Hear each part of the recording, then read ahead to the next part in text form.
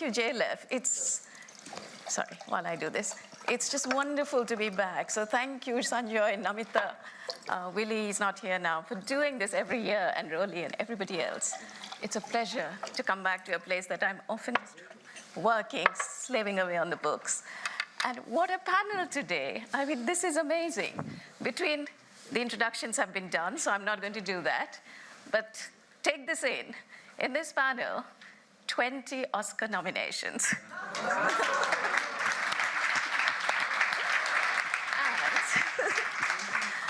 And several BAFTAs, Golden Globes, not even going there.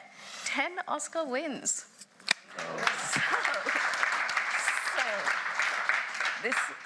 It's just a privilege to be here. And of course, we're talking about one of my favorite subjects, adaptation films. I'm just going to give you a little perspective of some of the things that happen in the film world. So as you heard, Vikas, of course, Slumdog Millionaire. Shekhar we all know Shekhar's films. And Sarah has the magic touch, and she brings us these Christmas thrillers with Christie and Dickens. And there's a little pecking order in this, because we authors, Vikas and I think we're at the bottom of the food chain, right? Absolutely. Yeah, we agree on that. Absolutely. Sarah, you're a little above us. And Shekhar... You've never, if you think that, you've never had anything to do with the Agatha Christie literary estate. And Shekhar, of course, is top of the food chain, along with the producers and the actors, the Judi Dench's and the Kate Blanchetts. But when it comes to adaptation, it's another, there's another story here. So here's something I was told again. So I've had one film made and learnt a lot, and it was an experience. So they told me that there's an order again. So the authors, like us, we write our books. If you're very lucky, it's optioned, goes out. And then the screenplay writers, Sarah and others, they pick it up, they read the book, they close it. That's it. Throw it in the bin and say, okay, we're going to give this our own take. And then Sarah the screenplay writers, they write their thing. And then it goes to the director, who reads it, closes it, puts it in the bin, and says, I'm going to give it my own take. And then the producer comes along, and goodness knows what else. So my first question is to Sarah. How often have you put Christie in the bin? And what do you do? I mean, jokes aside, how do you take it? How do you bring your own touch to it?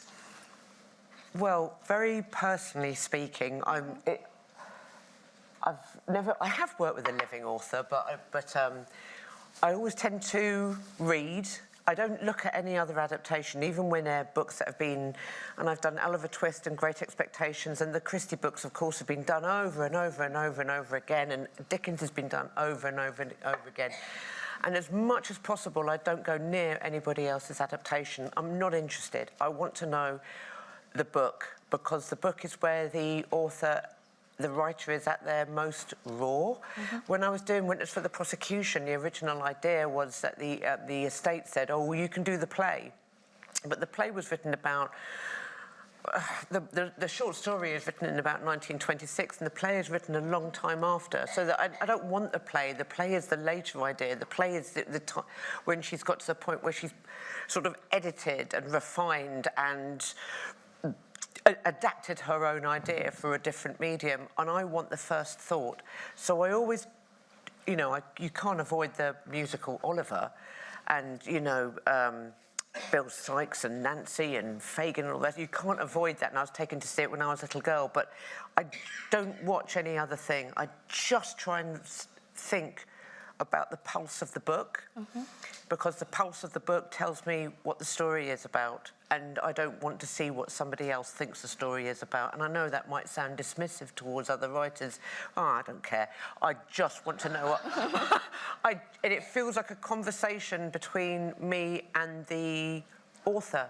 I think someone like Christie... Sorry, guys, I'll shut up in a minute and come to you, because I'd be in awe. But with somebody like Christie, where there's a huge, huge authorship of people who are very, very hungry for her work, I think that there is a kind of tension between the book she wants to write and the book she knows her audience wants to read. And I'm really, really interested in that tension. And I try to focus my adaptations and my response to Christie's work within that tension, so sort of reading it through the filter of that. And now I'm going to stop. Gentlemen. I'll go to Shekhar and adaptation. So when you are given this big theme, you know, Elizabeth I, history, iconic queen, what do you want to do with it? I mean, what were your first thoughts? And how... Well, I won't do anything unless I can find myself in it. Very simple. Did I find myself in Elizabeth? Yes. Actually, if any of you really look at Elizabeth, it's Indira Gandhi's story. Truly, a girl put on the throne with everybody else thinking, oh, we'll get rid of her. And she won't go. Look at the costume. The idea that why does a woman have to deny her sexuality and her femininity to actually have power over men? I saw Indira Gandhi do that. And then I will do something only if it's still true for modern day audiences. And that is still true for modern day audiences. Of course. But when you were talking to us in the room inside and you were saying, adaptation, here's where film goes. Film can be a very, very seductive medium because we have music, we have actors, we have Costume. we Atmosphere. have atmosphere, production design, all that. Imagine a book on Elizabeth that ends like this. Last 10 minutes, 15 minutes, Elizabeth. She suddenly says, cut my hair. And to Mozart's Requiem, her hair is being cut. Very seductive. Then she's completely bald, and she looks in the mirror and says to her things, I am become a virgin. Did that ever happen? Of course it didn't. Doesn't matter. Yeah, it doesn't matter. It doesn't matter. And then she puts white makeup on her face, and she comes out, and then says, look, I am married to England. Where did that happen? I'm just surprised that the history bus didn't take me. Actually, during the making of the film, somebody found out that I shot Kate Blanchett in bed with a guy. And they said, oh my God, this Indian director. And somebody said to me, how would you like it if we said that Gandhi was a non-vegetarian? I said, is that the best you can do? Right? And so, but when the film came out, that's where film becomes so seductive. Everybody accepted it. And you know where that white face came from? The National Portrait Gallery. I said, how can I get there? How do I do that? And how do I make a statement about virginity? So we adapt something that is very close to us and close to modern day audiences. Actually, Sonja, you've just given me, I'm going to write a book. I'm going to write a book called The Very Suitable Cockroach. Oh, goodness. For all human beings are gone and cockroaches are suddenly feeling really alone, right? And saying, where did they all go? What were they like? Oh, they got married. And then they said, hang on, we need the rubbish. We used to feed in the rubbish that they created. Thank you. I'll then ask you to make a film of that. I can remember seeing Elizabeth in the cinema and feeling and honestly, the hairs on the back of my neck. I am become a virgin. Look at me. I am married. And that moment where everybody and then went, oh, this is majesty. This is majesty. And now she is masked. And I'm fascinated by the whole cult of it. And I just thought that moment just... I can remember being electrified in the cinema. I shot it to Mozart's Requiem. Do me a favor. What? Turn the music off, and you'll never feel a thing. That's the seduction of cinema. In fact, talking of music, so for Golden Age, you then went to Rahman. You got... No, it's David Hirschfelder and Rahman. And Rahman, yeah. But, tell us about the choice of Rahman. Well, I've always tried to bring Rahman, saying, why are you wasting your time? You have one of the greatest geniuses of composition for film ever, and he keeps going back and spends time making silly films.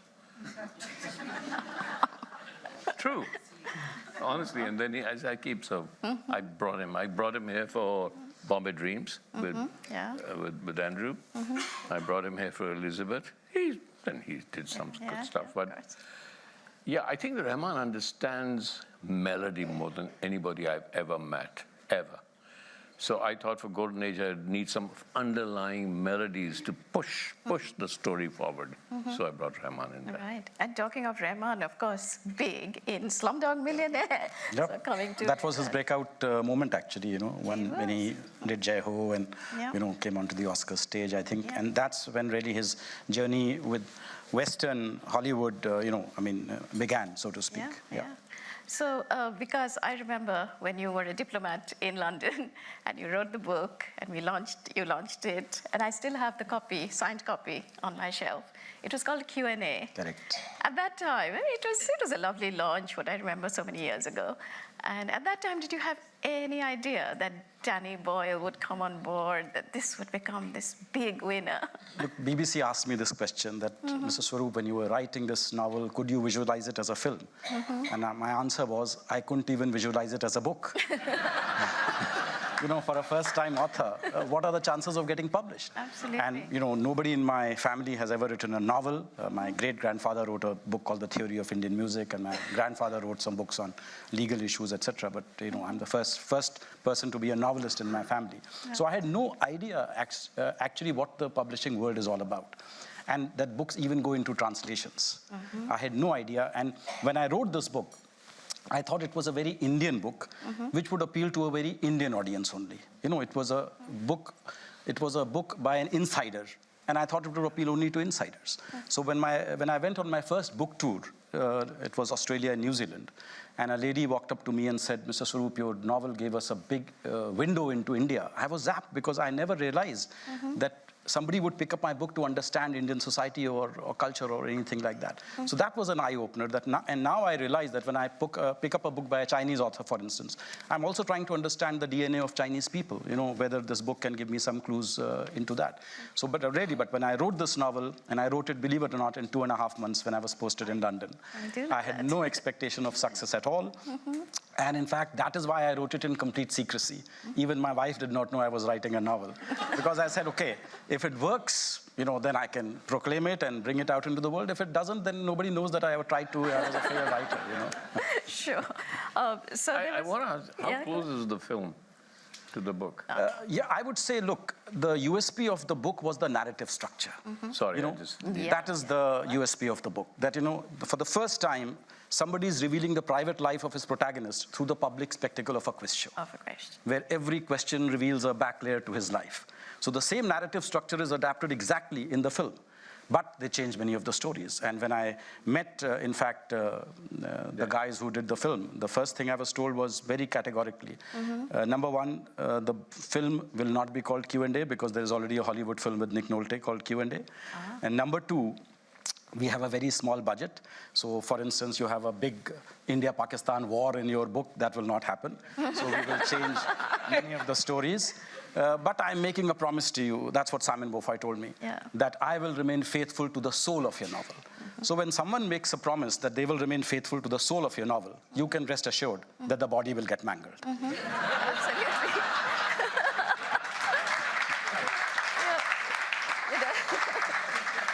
I think that's always a thing that where, on occasion, I mean, people have, I don't know why, but I think because I'm adapting books that a lot of British people have a particular relationship with, as though this is what Britain truly is. There's a murder on the floor, nobody really minds about it, a policeman turns up and the status quo is returned. Everything goes back to normal. And then I was doing these Christies where people would smoke and swear and take drugs and have sex, and when I did the ABC murders and actually focused on the fact that Poirot is in fact a Belgian refugee, I had a death threats. And it was like, you've ruined my childhood by turning it into your wokery. And I'm like, canonically, Hercule Poirot is a Belgian refugee. Exactly. But I think because I got into this when the UK was having this strange and continues to do so, this weird kind of belch of futility that is Brexit and the referendum and these ideas about nationality. And I thought how interesting it would be to go like, right, well, let's look at the language of nationality and let's look at it through the medium of murder mystery. So it was really writing about how we come to find ourselves in 2016 and after, but really we're having a murder mystery, but we're actually not. Honestly, people got so exercised and very angry about that I wasn't sticking to the letter of the novel. And it was like, if I do the letter of the novel, you've got 11 hours of drama and all of them are unwatchable. Yes. Nobody gives a toss. What you've got to do is the spirit. Where is the pulse? Where is the heartbeat? And how to keep it so that the writer is alive. Otherwise, it all just fades into dust. Yeah. Anyway, and a lot of things come from you. I mean, I can just say, Elizabeth, because a lot of you have seen that film, there's a moment where she finds that her lover has betrayed her. And the lover says, well, why don't you kill me? Please kill me. And she says, no, I'd rather keep you alive, so every time I come to court... Oh, my God, that's such an idiotic dialogue, but it really works. Every time I come to court, I'm reminded of the dangers of love. That was a line. Guess where that came from? the Bee Gees? It came from somebody who called himself Muhammad Ali later, called Cassius Clay. Really? Oh. And I read somewhere that he used to put up a portrait of Sonny Liston, so that every morning that he would get up, he would get hyped up. Sonny Yeah. Liston and say, "This is the guy." This I is have the to guy. meet." Yeah. Oh, that line went to Elizabeth. That's how we work. So I have a little thing that when Danny Boyle came to me one day and said, "Shekhar, what do I do with this?" And it was Slumdog Millionaire. Okay. I don't know India at all. What do I Yeah. do? I said, "Can I say it? Yeah, please. Danny, tell your own story. It's the only thing to do. Find the story in yourself. That's all we can do as directors. Otherwise, what do you say to the actor? What do you say to the production designer? You find the story inside yourself. It's the only thing you can do as a writer. It's the only thing, because if you're going to be sitting there for 18 hours a day for the next 6 months and ignoring your family and your friends and everyone's going to hate you, it has to move in you like a drumbeat. It has to be urgent. True. Yeah. Sarah, you took the step of changing a Christie ending. That was I did that a lot. That was gutsy. Well, it's because the Christie ending made no sense. It was, and I don't think she'd have minded. To be honest with you, with that particular book, I think she'd kind of gone, oh, I don't know, someone sings a Swedish song and falls off a bench, or I can't work it out. No, and I just thought because I've been telling something, you know, because I made some quite significant changes to tell a particular story that was threaded through. People got aerated, but you know what? Then something else happened and they forgot about it. So, but I think that you have to sort of, you can take risks. You sometimes, when you found a story within a book, you have to take a risk for that story because that, you know, partially it was there in the novel, and it's about something that you know the writer is invested in, even from her earlier work. So you've got to kind of do something that delivers for the audience who are watching it. And if it's not there in the book, then you have to kind of, I don't know, kick it a little bit and bring out the thing that was there a third of the way through the book. Yeah. So Shekhar, we were talking in the green room. You're doing something exciting now with AI. I didn't understand anything of it, so do tell us. An AI film, am I right? I'm using AI to make a film because I understand in another couple of years, people will be prompting films. Correct. And the new filmmakers are sitting in Dharavi, which is a slum in Mumbai, learning computer classes. They will learn, there are like tons of AI programs around called Sora, for example. It'll give you a 2-minute film, but you sit on a computer and you prompt it. And then it'll soon give you a half-an-hour film, and you'll sit on a computer and prompt it. Does that take the art of cinema away? No. The art now lies in the prompting of it. Okay, But, so it has actors and and it writers. makes it so democratic. Okay. Now, you don't have to put up big sets. You don't have to hire Amitabh Bachchan or Shah Rukh Khan. You don't, and everything, and it makes it the easiest thing. And do you know how I discovered it? How many of you have seen Mr. India? So I'm constantly, every day, somebody says, make Mr. India 2. And my cook is listening to these conversations. Then one day he comes to me very shyly and he says, sir, I've written the script for Mr. India 2. Wow. So this is 3 months ago. And I said, oh my God, he'll make me bad food if I don't read exactly. it. At least I've got to make that pretense that I'll Yes. read it. And he brings it to me, and it's pretty good. I've had 20 writers pitching this film to me. It's really good. And I said, where do you get it? How do you do it? He says, oh, on your computer. My computer?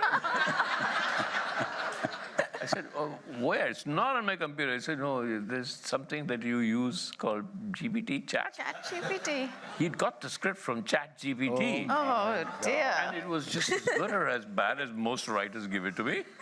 You know, so I realized that it's coming, it's there, it's You're always out there. of jobs because No, it's a you fact. and I. The latest programming language is English, because that's the prompt, that's the language in which you write the prompt in, and that's what it is, absolutely. Gosh, okay.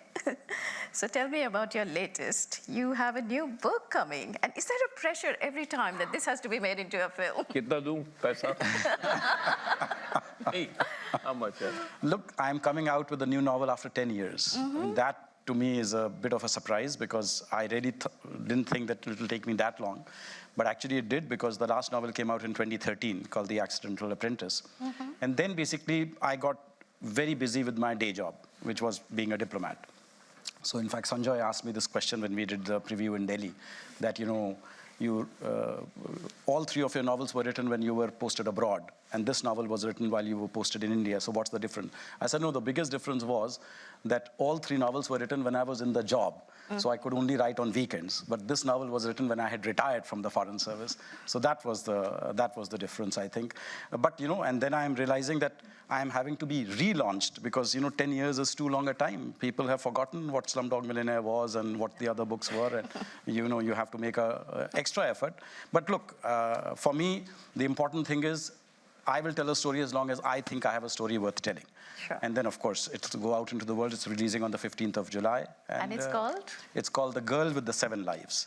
And I, Better than Q&A. yes, definitely. I think I have also learned, you know, that the How to get a catchy title. yes, the world we are living in, you know, the most. In fact, my novel opens with the line: "The most valuable thing in the world is not money; it is attention." So you need a title which can get you the attention. See what I mean? Wow. Q&A? Where'd you come up with that? Exactly. Right. So I believe, can I take questions? I have about 5 minutes left. Should we open up to questions, or do you want to tell me about the film that you really want to do, or what did you like? No, let's take questions. Okay. We can do both. We can do both. And then we can take questions. Okay. So we can have questions.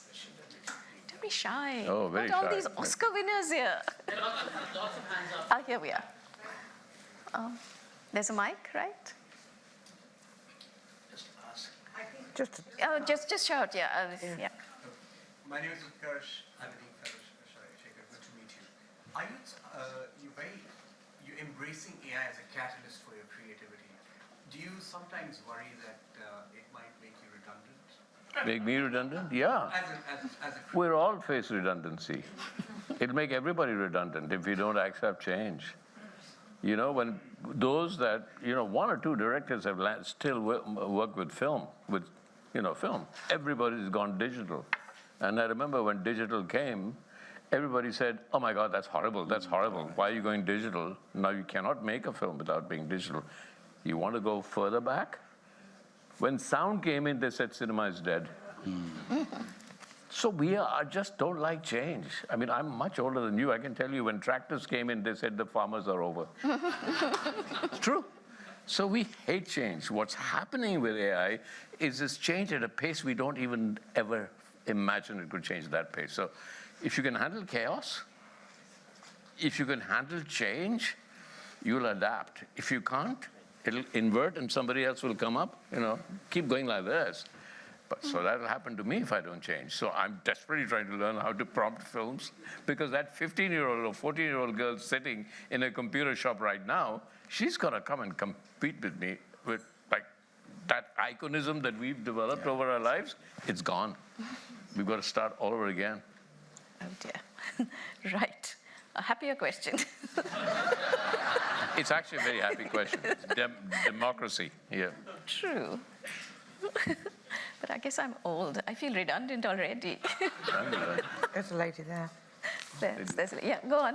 Hi, my